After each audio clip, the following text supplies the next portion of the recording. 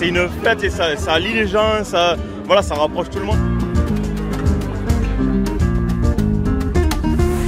Un taureau, avant de mourir dans une arène, il vit 5 ans comme un roi. Faire souffrir un animal, ça ne peut pas être une culture. On ne peut pas s'amuser de la souffrance et de la mort d'un animal. Donc il n'y a pas besoin de torturer à la vue du public en fait. Vous allez me parler de tradition après, je pense que la tradition c'était de brûler les sorcières aussi, les homosexuels. Et après on a arrêté. Ce n'est pas notre culture du tout. L'abattage c'est une façon de se nourrir, or la corrida c'est juste pour l'amusement. Bonjour à tous, aujourd'hui nous allons aborder un sujet un peu particulier, celui de la tauromachie.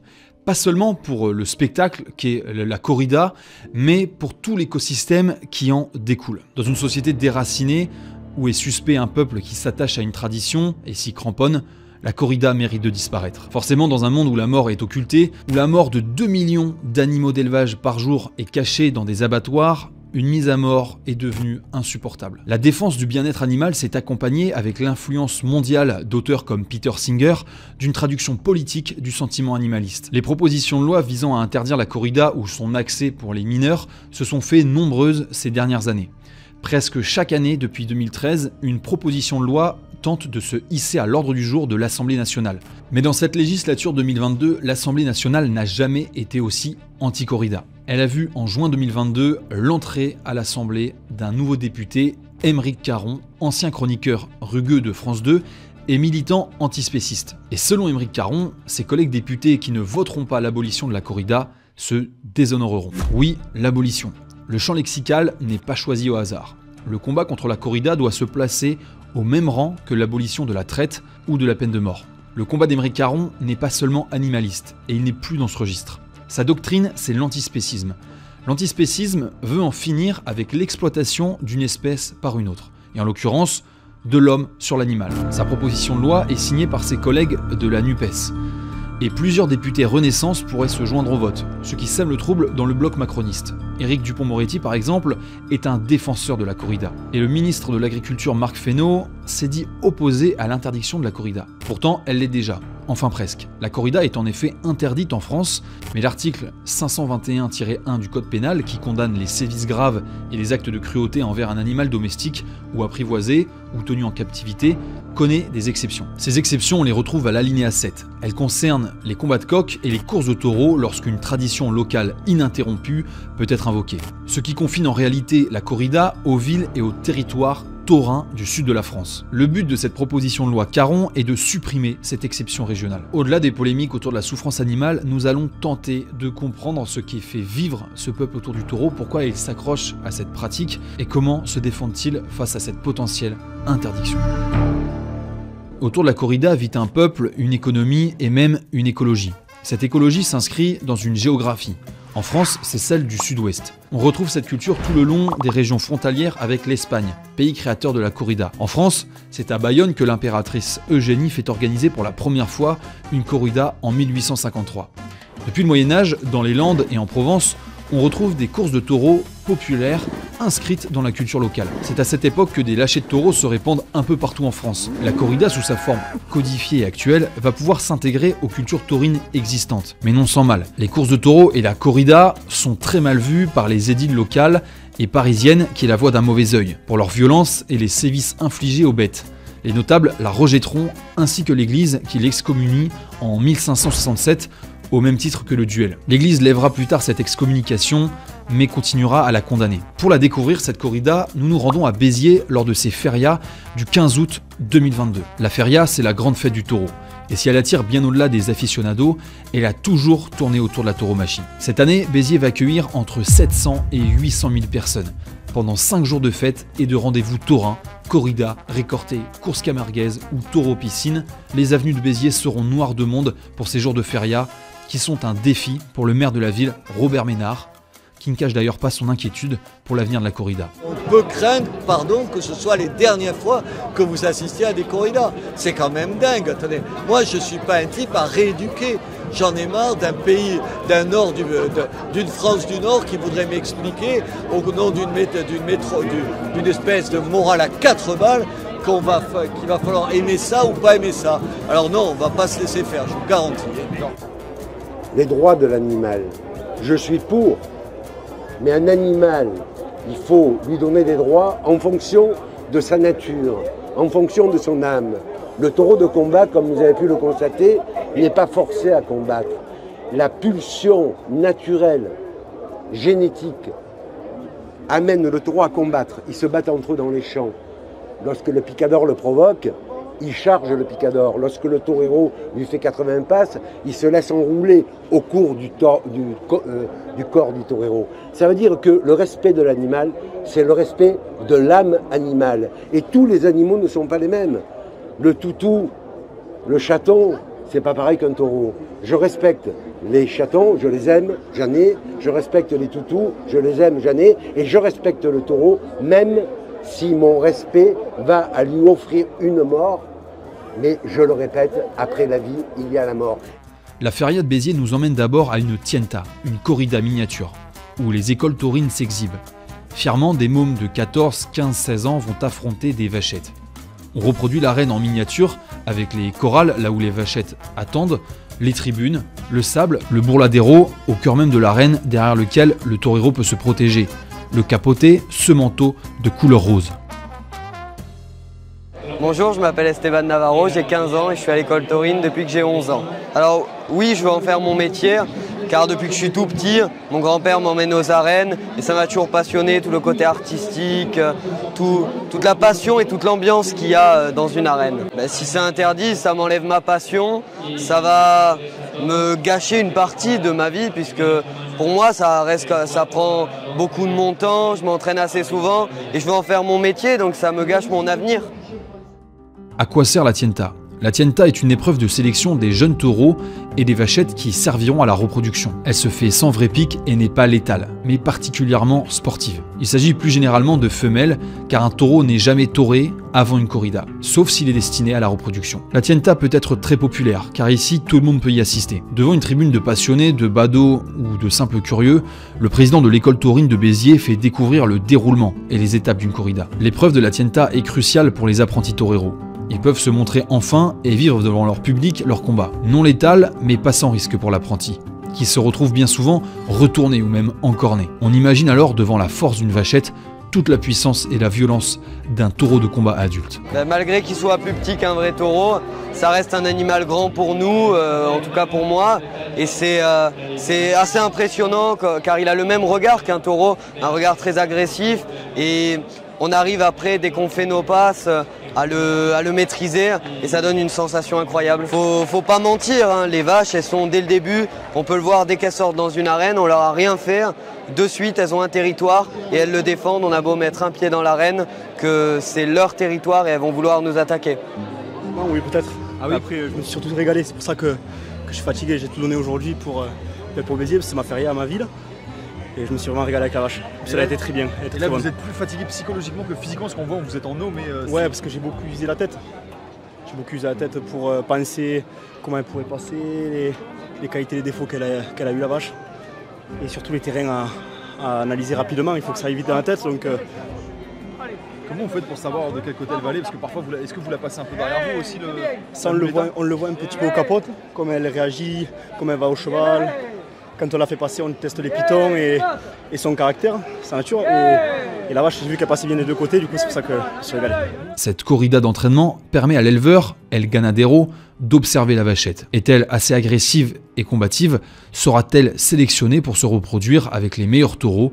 Ou finira-t-elle à l'abattoir? Sur la place Émile Zola, on retrouve aussi, après chaque corrida, la tertulia. Le rendez-vous où les aficionados, les présidents des clubs taurins, des anciens souvent, commentent et débattent de la corrida du jour. Chaque tertulia de ces cartels 2022 sera peut-être la dernière. Pensez que si on veut sauver l'affection, ça nous incombe à nous, ne comptons plus sur les autres, c'est nous.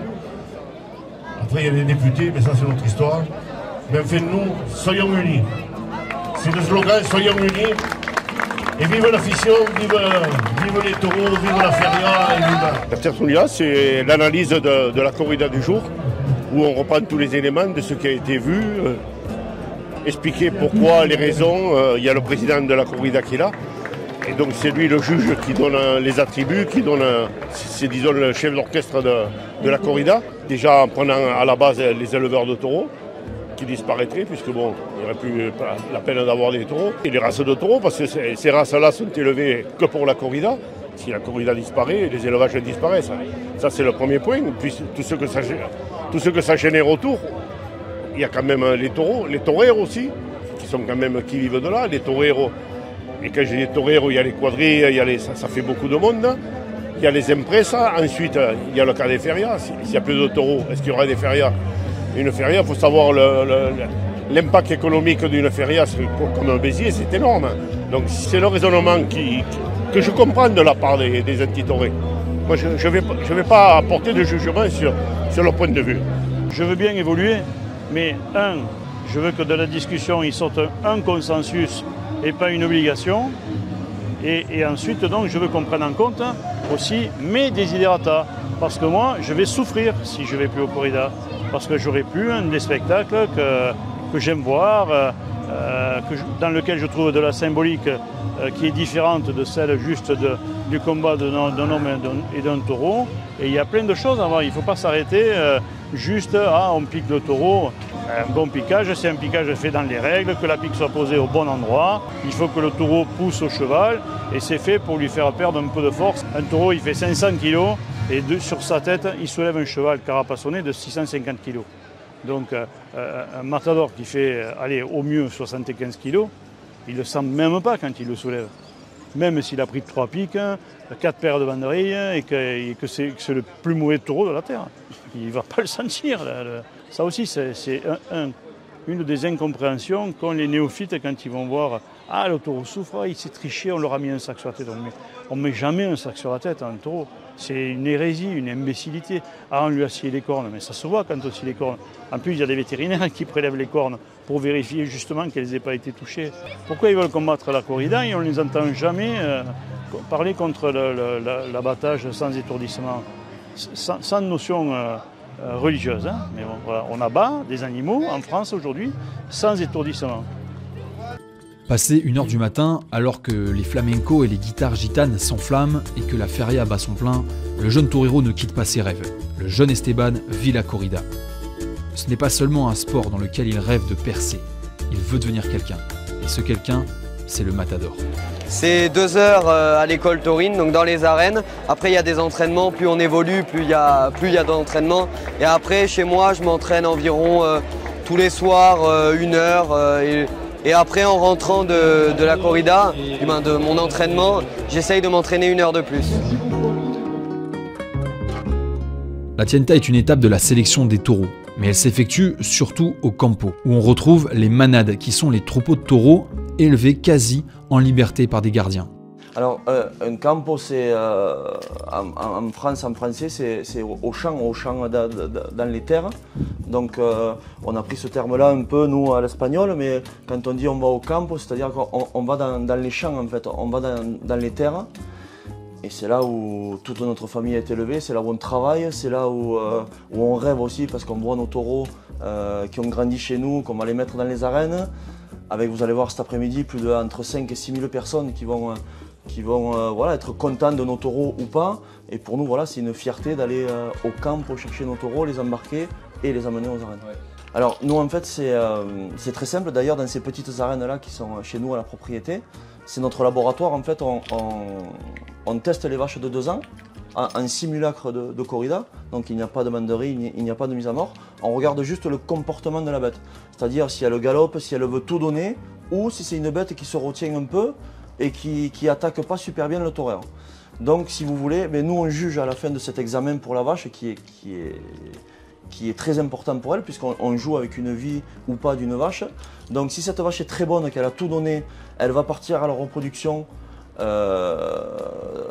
avec les autres lots de vaches, élevée normalement si elle fait de bons produits jusqu'à 15-17 ans. Et malheureusement, si elle n'est pas bonne, elle partira à l'abattoir dans les mois à venir. Un taureau de combat est sélectionné et élevé dans des conditions assez uniques. C'est un argument écologique du monde de la tauromachie.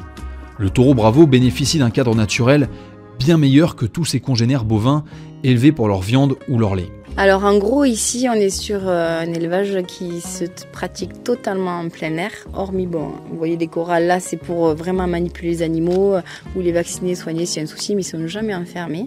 Après nous on a un rituel, les taureaux pour les préparer en corrida, on les habitue à les faire courir à peu près 2 ou 3 fois par semaine. Le soir ma soeur et mon beau-frère partent à cheval et on leur fait faire un footing. Parce que c'est aussi des athlètes, qu'on a vu qu'ils aient du souffle, du moteur. Et il y a aussi que les taureaux se battent entre eux. Donc le fait qu'on les fasse se défouler en amont, ça évite qu'ils se battent. Parce qu'il y a toujours une histoire de hiérarchie entre eux. On va toujours se mettre, mettons, les 5 plus faibles contre le plus fort pour arriver à récupérer cette place. Cet élevage que nous découvrons, c'est la Manade Margé, une famille d'éleveurs très influente dans le monde taurin. En 1978, à 24 ans, alors qu'il est employé de banque, Robert Margé se lance dans l'élevage de taureaux camarguais, puis de taureaux de combat espagnols, avec l'ambition que ces taureaux triomphent dans les plus grandes places taurines. Robert Margé prendra sous son aile une étoile, un futur grand matador français, Sébastien Castella, natif de Béziers, qui sera 2 fois le numéro mondial de la tauromachie. Robert Margé, ou le Piche de Celle-Neuve, un quartier populaire de Montpellier, deviendra ensuite directeur des arènes de Béziers. Il est aujourd'hui considéré comme le meilleur éleveur français, particulièrement réputé dans la sélection de taureaux. Les enfants de Robert Margé sont aussi très investis dans le monde taurin. Olivier a aujourd'hui repris la direction des arènes de Béziers. Et ses autres filles jumelles, Estelle et Caroline, gèrent le campo. C'est pas des animaux qu'on apprivoise. Et nous, justement, quand on a un veau orphelin, c'est des animaux qu'on ne peut pas élever au biberon parce qu'ils se restent trop enfermés, ils se laissent mourir. Donc on a une vache laitière, on les met dessous, mais on n'apprivoise pas. Et en fait, c'est des animaux qui sont habitués à la silhouette, à l'odeur de la personne qui vient les voir. C'est mon père en voiture, c'est les garçons à cheval, c'est nous, voilà. Mais c'est pas des animaux, c'est encore cette notion de respect. Pour nous, l'apprivoiser, c'est plus le respecter. Et puis ça reste quelque chose d'un animal sauvage et à un moment donné, il peut ne plus être d'accord avec vous. Ça peut être compliqué, ça s'apprivoise pas en fait. La corrida commence au campo, où a lieu le sorteo, qui est le tirage au sort des taureaux. Quelques heures avant le début de la corrida. Ce tirage au sort est réalisé par les apoderados, qui sont les agents ou les représentants du matador. Les matadors ne s'y rendent pas. La préparation du combat les retient éloignés de l'angoisse de voir le taureau. Pour le sorteo, les apoderados invoquent la chance et quelques gris-gris pour piocher un bon taureau. Là, le cérémoniaire du sorteo se fait en espagnol, langue originelle de la corrida, mais aussi en l'honneur des toreros venus de la péninsule et qui courront ce jour même à Béziers. Abre plaza el 160.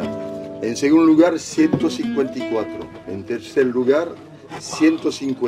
Une fois tirés au sort, les taureaux quittent leur plaine et sont ramenés par les guardianes dans les corrals. On aperçoit du haut de ces enclos de béton la taille des taureaux, impressionnant et très nerveux, enfermés entre 4 murs en béton, eux qui vivent au milieu de plusieurs centaines d'hectares. L'ombre de nos épaules et de nos têtes suffisent à les exciter, ce que l'éleveur cherche absolument à éviter. Que le taureau se blesse ou brise ses cornes, ce qui le rendrait inapte à la corrida. Alors la procédure c'est simple, tu vois, regarde, tu as 4 corralettes qui se suivent. Après il y a 2 autres compartiments, ils rentrent les taureaux par le clos de triage, et nous notre rôle, dès que les taureaux sont rentrés là, pour pas qu'ils se battent, on doit les séparer le plus rapidement possible et les isoler. Une fois qu'ils sont isolés, après tu l'as vu, c'est simple.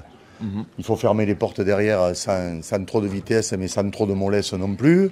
Tu vois, il faut toujours être dans le bon sitio et le bon tempo. Et les taureaux, si tu cries pas, si les gens sont calmes et tout, il n'y a pas de problème, ils sont calmes aussi. Ouais. Tu vois, il faut pas les faire monter dans les tours. Les taureaux de combat, je vais t'expliquer. C'est comme si ça, c'était de la nitroglycérine. Tu le poses là, tu peux le laisser 30 ans, ça ne bougera pas. Si tu fais ça, ça te pète à la gueule. Et le taureau de combat, c'est pareil. Il ne faut pas les bouger. Voilà. Okay. Et là, ils montent dans le camion, après ils vont... là, ils montent dans le camion, on va les débarquer aux arènes et on va les mettre dans les chiquères.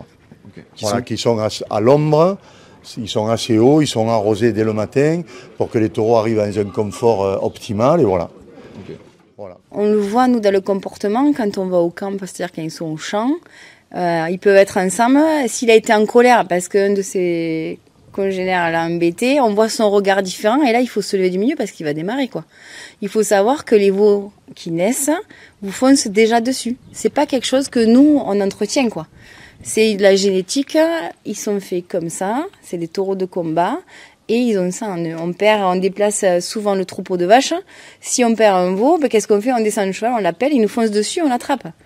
Voilà, il vient de naître, il manque qu'il tient sur ses pattes, il nous fonce dessus. Après, voilà, nous, on sait que c'est comme ça, on respecte. Et voilà, c'est une façon de travailler avec eux et chacun connaît sa place, quoi. Avec eux, il ne faut pas faire d'erreur. Je vous donne un exemple, sur 50 mâles nés, on va les laisser ensemble de la naissance jusqu'à à peu près 2 ans. À 3 ans, on va commencer à faire des lots, parce que là, c'est ce que je vous ai dit tout à l'heure, c'est cette sorte de hiérarchie, ils vont commencer à vouloir prendre la place des autres et se battre. Et au moment où on prépare les lots pour la corrida, on fait des lots plus petits, mettons de 6, et à ce moment-là, on leur met des fundes. C'est des protections sur les cornes pour éviter qu'ils s'encornent, parce que quand ils se battent, malheureusement, ça peut arriver dans la nuit, et ça peut aller jusqu'à la mort. Après, je vous dis, ils se mettent 3 faibles contre un fort et ils vont aller le tuer. Donc, c'est de la résine qu'on enroule autour des cornes et qui évite que quand il y a un coup, ils puissent vraiment rentrer dedans. D'accord. Et ça, on l'enlève quelques jours avant la course. Les taureaux entre eux sont beaucoup plus cruels que l'homme, hein, il faut dire ce qui est, puisque nous on élève nos taureaux, on a la chance de les voir au jour le jour, tous les jours dans le camp, la nuit, tout ça, on voit des bagarres mortelles, et c'est là en fait ce qui donne toute l'expression de la corrida, c'est que les taureaux se battent à mort entre eux au campo, pendant des heures et des jours entiers où ils essayent en fait de s'achever, puisque c'est une hiérarchie et c'est l'un qui va prendre le pouvoir sur l'autre. Et là, c'est pas un jeu, quoi. C'est la vraie vie en fait. C'est un taureau qui va en tuer un autre pour être le chef. Et je trouve que c'est une cause qui est encore noble de nos jours.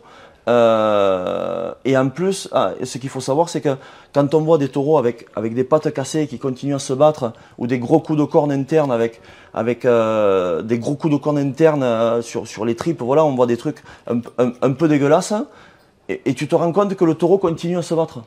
Et c'est que en fait, le taureau est tellement énervé, la douleur est masquée par l'énervement et par cette énergie de combattre, que le taureau sur le moment ne sent pas la douleur. Et donc sur la corrida c'est pareil. Alors oui, on est critiqué puisqu'on est encore les seuls à voir la mort au jour de tout le monde. Tout le reste est caché, dans un monde aseptisé où on n'accepte plus rien. Et bientôt il ne faudra plus monter les chevaux parce que les chevaux ne sont pas d'accord avec nous. Voilà, je trouve que nous on a un métier noble où on peut élever nos taureaux sur plus de 1000 hectares extensifs qu'à l'herbe. Ils ne sont jamais rentrés dans des hangars. Ils sont jamais à l'intérieur, donc je trouve qu'on a un métier vachement plus noble que ce que l'on pense en fait. Je pense que je suis tombé dans la marmite quand j'étais petit, et depuis que je suis petit, je suis tombé dans cet élevage de taureaux en pleine nature, ce qui a fait de moi l'homme que je suis aujourd'hui, et que j'espère faire devenir à ma fille, la petite de 10 ans qu'elle est aujourd'hui. Grandir en plein camp, comme on le dit, c'est quelque chose d'extraordinaire parce que c'est des sensations et qui t'aident beaucoup ensuite avec les hommes, puisque c'est beaucoup sur le regard, c'est beaucoup sur le sentiment que tu ressens avec les animaux, et ça te le transmet après avec les hommes. Alors que le taureau est tiré au sort par son agent et emmené aux arènes, le matador se prépare. Aujourd'hui, les arènes de Béziers verront un enfant du pays, Charles Pasquier, de son nom de lumière, Carlos Olcina, un espoir de la tauromachie française. Il vient d'ailleurs de recevoir l'alternative. C'est son 2e combat en tant que matador. Quelques heures avant d'entrer dans l'arène, il nous reçoit à son hôtel. Carlos, c'est votre combienième corrida là? C'est ma première en tant que matador de taureau après l'alternative, ma seconde du coup, mais c'est ma première corrida maintenant en tant que matador officiel. L'alternative, c'est le passage d'un novillero à matador de taureau, donc le passage en tant que torero professionnel. C'est long parce qu'on se met dans la peau du torero, même si on vit en tant que torero toute l'année et tout le temps, mais on se met dans la peau vraiment avant un acteur, comme l'acteur qui rentre en scène au théâtre ou bien n'importe quel artiste. Chacun a ses rituels, ses moments à eux, et puis ensuite il y a l'habillage qui débute, et l'habillage en soi dure à peu près demi-heure, je dirais 40 minutes. Mais la préparation avant, on s'étire, etc. Je me sens bien parce que je sais que, comme on dit, les devoirs sont faits et le travail a été fait auparavant, la préparation est faite. Moi j'ai tout donné lors de ma préparation, même depuis que je suis dans ce métier, je m'entraîne correctement, donc je sais que les devoirs sont faits. Après, la responsabilité, oui. Je pense la responsabilité parce que, d'une part parce que c'est chez moi, et d'autre part parce que c'est une arène de première catégorie, une arène importante. Donc voilà, je dirais, bien sûr qu'il y a toujours un peu de peur, mais c'est ça qu'on recherche aussi, de l'adrénaline et de l'envie, beaucoup d'envie. Pour moi, mon pic d'adrénaline est au moment au niveau du patio des caballos, quand on attend pour rentrer, les 5-10 minutes avant que la corrida commence. Une fois qu'on est dans la corrida, on est dans le match, je dirais, si je peux m'exprimer ainsi. Donc on oublie un peu la pression. Je suis croyant et la majorité des taureaux sont croyants, donc voilà, c'est là où je peux faire mes prières. Vous priez combien de temps? Vous priez Dieu pour qu'il vous protège, pour qu'il vous fasse une bonne corrida? Qu'est-ce que vous lui demandez? Je demande à Dieu que tout se passe bien dans cet après-midi-là, pas que pour moi, hein, pour mes compagnons, pour tout le monde, pour tous les gens qui vont dans l'arène, et que ce soit une belle après-midi. Après, je ne demande pas de triompher, je ne suis pas croyant pour demander d'avoir des triomphes. Le reste, je dois le faire moi. Ouais, vous avez dédié votre vie à la corrida, vous êtes né ici. Qu'est-ce qui vous inquiète avec une potentielle abolition? Je pense que ça serait la mort de mon monde et du monde auquel j'ai tout donné depuis petit. Et de beaucoup de choses, parce qu'on ne se rend pas compte, mais la tauromachie, c'est pas que la corrida, il y a tout ce qu'il y a autour. Il y a les élevages, il y a les équipes qui se préparent toute l'année pour pouvoir donner des beaux spectacles, il y a un commerce autour, il y a une économie, il y a une écologie aussi autour, il y a plein de choses, donc ça serait la mort de beaucoup de choses pour moi. Et avant tout, la perte des traditions, ce qu'on perd de plus en plus, je trouve. Bon, ça c'est la cape de Paseo, c'est celle qu'on met pour faire le Paseo, donc le défilé au début, quand on rentre dans l'arène. Et ensuite on a donc... vous le verrez après, mais parce que je ne veux pas avant de le mettre, mais on a le pantalon, la veste et le gilet. Et en dessous, on porte une chemise avec une cravate une cravate et des bijoux de vierge aussi. Né à Béziers, il assiste à ses premières corridas à l'âge de 3 ans. Il est alors terrifié par le taureau. Pourtant, à 9 ans, le voilà inscrit à l'école taurine de Béziers. À 25 ans, il vit aujourd'hui à Séville où il a reçu sa formation de matador et d'où il mène une carrière prometteuse. Ce que Carlos ne nous montrera pas sous sa serviette, c'est les nombreuses marques qu'ont laissé jusque-là sa jeune carrière de matador de taureau. Dès l'âge de 12 ans, Carlos est retourné par un veau. Double fracture de l'avant-bras. En 2019, quand il est encore novillero, ou matador novice, c'est un coup de corne qui le blesse sur 20 cm à l'aine. Carlos racontera que cette épreuve a renforcé sa détermination à devenir matador de taureau, à tel point que 6 jours après cette blessure, il retournera dans l'arène. La mort est centrale dans la tauromachie. Celle du taureau vers laquelle aboutit la corrida et ce à quoi le matador se prépare. Mais la corrida ne pourrait-elle pas se vivre sans la mort du taureau? On n'a pas domestiqué le taureau, mais on a domestiqué la corrida quelque part, puisqu'il s'est fait naturellement en extérieur, puis après on est arrivé à faire des arènes et à refaire le spectacle à l'intérieur. Ensuite, je vous dis, l'évolution, c'est que c'est plus les gens à cheval qui tuaient. Ça a été des gens à pied, et donc l'évolution s'est faite comme ça. Et avec les années, on est arrivé à la corrida d'aujourd'hui, mais maintenant toujours, la finalité, c'est la mort du taureau. Le jour où on ne pourra plus tuer le taureau, il n'y aura plus de corrida. Il n'y aura pas de corrida, ça sera mise à mort. Voilà, c'est simple. On est pour tous les particularismes culturels, mais pas quand il y a la souffrance animale inutile, en fait. Vous allez me parler de tradition après. Je pense que la tradition, c'était de brûler les sorcières aussi, les homosexuels. Puis après, on a arrêté. C'est pas une tradition, je pense que ça n'existe plus. Et comme la corrida n'existera plus bientôt. Mais justement, c'est pas un spectacle. Le spectacle, pourquoi un spectacle il doit y avoir des animaux qui souffrent et qui sont torturés? Quel intérêt? On pourrait torturer des chiens aussi, des chats. Pourquoi des taureaux? C'est un animal particulier. Oui, qui est protégé dans toute la France, sauf dans les... C'est un acte de cruauté ce qui est fait dans les arènes, sauf dans nos régions en fait. Ce qui est possible, c'est d'arrêter la corrida. Parce que si on l'interdit, tout ça c'est terminé. Pour tous ces gens, c'est fini. Ben oui, ils feront autre chose. Mais Béziers, c'est déjà une ville qui est assez appauvrie. Ça va pas beaucoup aider, non? Je ne sais pas. Je ne peux pas vous répondre là-dessus, mais je sais que je ne peux pas laisser des animaux, voir des animaux souffrir. En plus, avec les écoles taurines, ça commence très jeune. Donc l'abattage, c'est une façon de se nourrir. Or la corrida, c'est juste pour l'amusement. On ne peut pas s'amuser de la souffrance et de la mort d'un animal, d'un être vivant quel qu'il soit. La montée de l'animalisme ces dernières années a vu naître un esprit de revanche contre l'homme. Les opposants à la corrida ne veulent plus seulement épargner le taureau, mais veulent aussi que le torero paye pour sa faute. Sur les réseaux sociaux, les vidéos d'encornade de Matador sont suivies de vagues de commentaires se réjouissant de la mort du torero. Le 2 juillet 2017, un autre torero biterrois, Thomas Cerqueira, subit une grave cornade à Moguillo dans l'Hérault. La corne manque tout juste de perforer l'artère fémorale. Mais au terme d'une opération de 4 heures, Thomas Cerqueira en sortira vivant. Alors que Thomas est entre la vie et la mort, les anti-corridas se jettent sur l'occasion. Cet été 2017, 3 semaines seulement après la mort du matador Yvan Fandigno, dans les Landes, la mère de Thomas Cerqueira, Magali, va vivre le pire. Alors que la vie de son fils ne tient qu'à un fil, on se réjouit et on souhaite sa mort. Ils ont été très très vicieux parce que ma famille m'a protégée de tout ça. Mais ils savaient qu'à ce moment-là, je tenais l'auto-école Magdan. Ils ont appelé le répondeur de l'auto-école et ils ont eu mon portable. Et à partir de là, je recevais par SMS des insultes. Et c'était très très dur pour moi. Mais je pense que je suis tellement altruiste. Je peux comprendre leur raisonnement sur certaines choses, puisque quand mon fils à 4 ans et demi m'a dit « Maman, je serai un jour comme le monsieur au milieu des arènes », de moi-même, je n'ai pas tout compris. J'ai dit « Mais enfin, on aime les animaux ». Mon fils avait 4 ans et demi, il me dit « Mais maman », il me dit « Ne confonds pas les chiens et les chats et les taureaux, c'est deux choses différentes ». Quand même, est-ce que cette corrida a failli emporter mon fils ou lui a détruit sa carrière? À quoi bon? Est-ce que ça en vaut la chandelle? Est-ce que vous êtes dit ça à un moment donné? Absolument pas, parce que mon fils ayant cette passion et nous a entraînés dans cette passion, j'ai toujours respecté ses choix. Et j'ai 2 fils, Ludovic, qui est son frère aîné, et Thomas, et j'ai toujours aimé mes fils et respecté leur choix de vie. Ma première mission de maman, c'était de bien les élever, de bien les éduquer, mais de leur laisser leur choix de vie.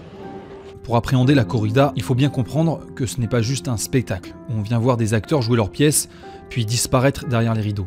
Il s'agit d'un combat. La mort, celle du taureau ou du matador, est au cœur de la corrida. Elle en est la finalité, mais c'est elle qui est la moins comprise. Incomprise pas seulement par les anti-corridas, qui la voient comme une mort injuste, mais aussi par une époque qui s'est coupée d'une réalité, celle de la mort. Pourquoi les gens ne supportent pas la mort du taureau? Pourquoi? Parce que ils ne supportent pas la mort. Qu'est-ce qu'on vient voir, nous, entre autres, au corrida? Évidemment qu'on vient voir la mort. Regarder la mort en face, ça a quelque chose de sain. Aujourd'hui, la mort est cachée dans des abattoirs loin de nos yeux et on préfère la retrouver dans des barquettes plastiques dans les supermarchés en essayant d'éloigner de nos pensées l'animal mignon qu'a donné notre beefsteak. C'est ça la réalité. Le sport où on meurt, c'est pas un sport, c'est un art. Et le torero est l'artiste le plus incroyable de tous les artistes, car il est capable, pour vivre son art, de donner sa vie. Et ça le met en dessus de tout le monde. Les toreros vivent avec la mort. Et c'est pour ça qu'ils donnent tout, et c'est pour ça que ce sont de grands artistes, supérieurs à tous les autres. Au cœur des arènes de Béziers, dans le Callejon, cette ruelle autour de la piste, nous retrouvons le clan Margé dont les taureaux combattent ce jour. L'élevage n'est pas un détail dans le déroulé d'une corrida. À chaque lidias, son élevage. Et son anagramme est inscrit sur le sable de l'arène. Ouais. Vous étiez fiers de vos taureaux? Ouais, très fiers parce que bon, on avait 7 taureaux pour 6, pour pas dire avec humilité 6 sur 6, mais bon. Ça c'est notre problème, avec les taureaux enracés, beaucoup de classe à la moulette qui ont duré. Alors, je suis très très très heureux pour toute ma famille, pour moi et pour tous les gens qui suivent nos taureaux. C'est pas mon endroit préféré, pour tout te dire, mais il faut que je les vois quand même, pour continuer dans ma sélection. Donc bon, quand j'y vais pas, il y a des fois j'y vais pas. Mais, bon. Mais là, bon, c'est un enchantement quoi, de voir les toreros triompher avec les taureaux qu'on a élevés, qu'on a soignés depuis qu'ils sont nés. C'est que du bonheur. Quoi. Et qu'est-ce que vous avez pensé de Carlos Olcina? Carlos, à son dernier taureau, a eu beaucoup de courage, car le taureau était très enracé, taureau brave, beaucoup de caste, et il est resté là où il fallait.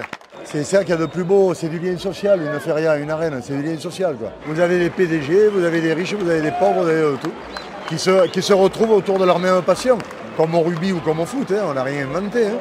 Mais bon, regardez dans les rues la fête qu'il y a, avec les centaines de milliers de personnes qu'il y avait hier soir dans Béziers, il n'y a pratiquement aucun incident. Quoi. Aucun incident. La tauromachie, c'est encore quelque chose de différent parce que c'est un art absolu. C'est pas juste la préparation et du travail.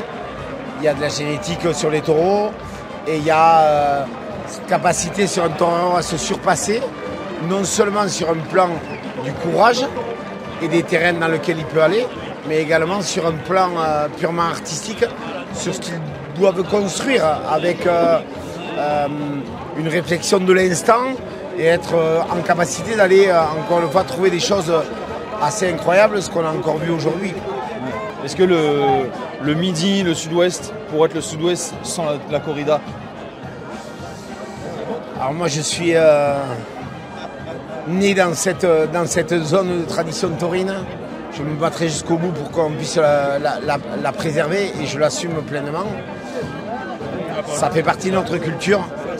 Plus on vient mutualiser les choses, plus on vient européaniser les choses, plus on a besoin de s'inscrire dans nos racines et celle-là, elle en fait partie. Ouais. Comment vous faites, vous qui êtes un chef d'entreprise, président du Stade Toulousain, voilà, pour assumer le fait que vous soyez actionnaire de... Il faut s'assumer soi-même. Je ne l'impose à personne. Je ne suis absolument pas représentant de la personne morale quand je suis dans une arène. Je représente ma propre personne physique et de mon entourage. Je représente moi et croyez-moi, moi à titre perso, j'ai peur de rien. Chaque peuple a son histoire, ses traditions, le sens de ces traditions et d'une façon générale, il y a lieu de respecter l'âme des peuples. C'est constitutionnel, c'est les droits de l'homme et c'est le droit des peuples. La tauromachie, je veux bien entendre que certains la considèrent comme un acte de barbarie par méconnaissance absolue de ce que c'est. La tauromachie est un rituel qui honore le taureau et qui, effectivement, ritualise sa mort, qui devient réelle. Mais après la vie, figurez-vous, il y a la mort. Et au lieu de l'ignorer, connaître la mort, c'est comprendre la vie. Alors ça, c'est pas dans l'entendement de tout un chacun, mais certains peuples, j'y reviens, comme le peuple du Sud, comme certains peuples du monde, Amérique latine, Espagne, ont dans leur histoire le sens de ce qui se passe dans l'arène. Et le sens de ce qui se passe dans l'arène, c'est tout simplement un humanisme total. L'animal est non seulement respecté bien avant de mourir, c'est le roi des animaux, il ne meurt pas de façon anonyme dans un abattoir, il meurt glorifié sur une scène qui est l'arène, et dans le respect absolu. Donc ce qu'il y a lieu de respecter, c'est l'humanisme. C'est cette relation étrange entre l'animal et l'homme où il y a un moment dans l'arène où il y a égalité de sens, égalité d'âme, égalité d'identité. Le peuple du Sud a dans son âme quelque chose qui vient du taureau, depuis l'Antiquité, de façon ancestrale. Et dans l'âme du taureau, il y a quelque chose de l'âme du peuple du Sud. Le taureau de combat, comme vous avez pu le constater, n'est pas forcé à combattre.